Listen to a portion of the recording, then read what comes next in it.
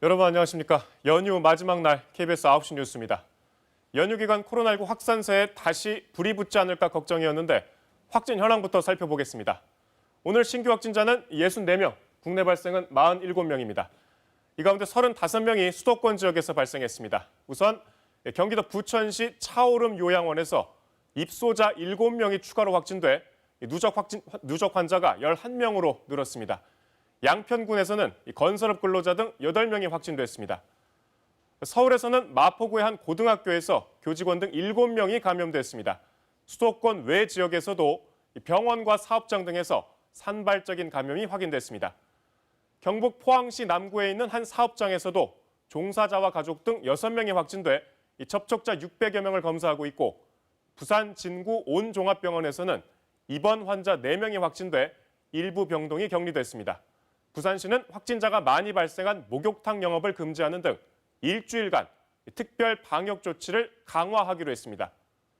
나흘째 신규 확진자 수는 이 두 자릿수를 유지하고 있지만 아직 안심하기는 이르다는 게 방역 당국의 판단입니다. 검사 건수 자체가 연휴 이전의 절반 수준이고 감염 경로를 조사 중인 비율도 여전히 18%대를 유지하고 있기 때문입니다. 거리두기 2단계에 준하는 추석 특별 방역 기간은 한글날 연휴가 끝나는 오는 11일까지 그대로 유지됩니다. 다만 비수도권의 고위험 시설 운영은 지자체 재량에 따라 결정됩니다. 앞으로 마스크 착용 의무화 행정명령을 위반하면 10만 원의 과태료를 내야 하는데 한 달간의 계도 기간을 거쳐 다음 달 13일부터 적용됩니다. 관련 소식 송금환 기자가 종합했습니다. 지난 2주 동안 코로나19 하루 평균 신규 확진자 수는 66.5명. 직전 2주에 비하면 절반가량 줄었습니다. 이동이 늘어난 닷새간의 추석 연휴를 포함한 지난 일주일로 범위를 좁히면 50명대로 더 감소했습니다. 하지만 연휴 기간 검사량이 줄었고 며칠이 지나야 감염 여파가 확인되는 만큼 아직 안심할 단계는 아니라며 이번 주 중반은 돼야 정확한 평가가 가능하다는 게 방역 당국의 설명입니다.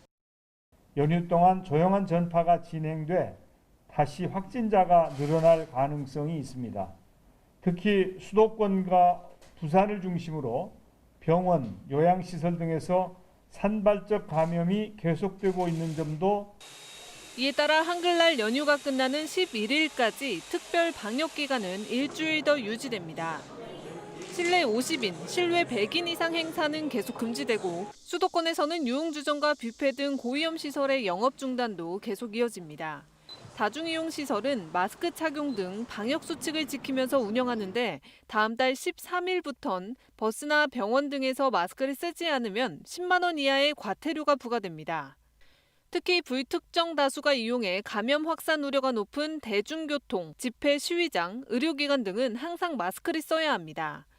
다만 만 14세 미만 또는 장애인, 의사의 소견에 따라 마스크를 쓸 경우 호흡이 어려운 사람, 방송 출연 등은 예외입니다.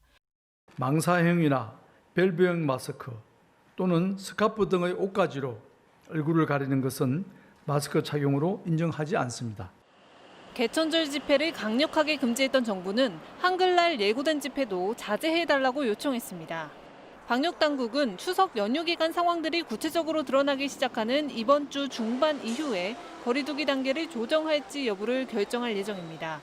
KBS 뉴스 송금환입니다.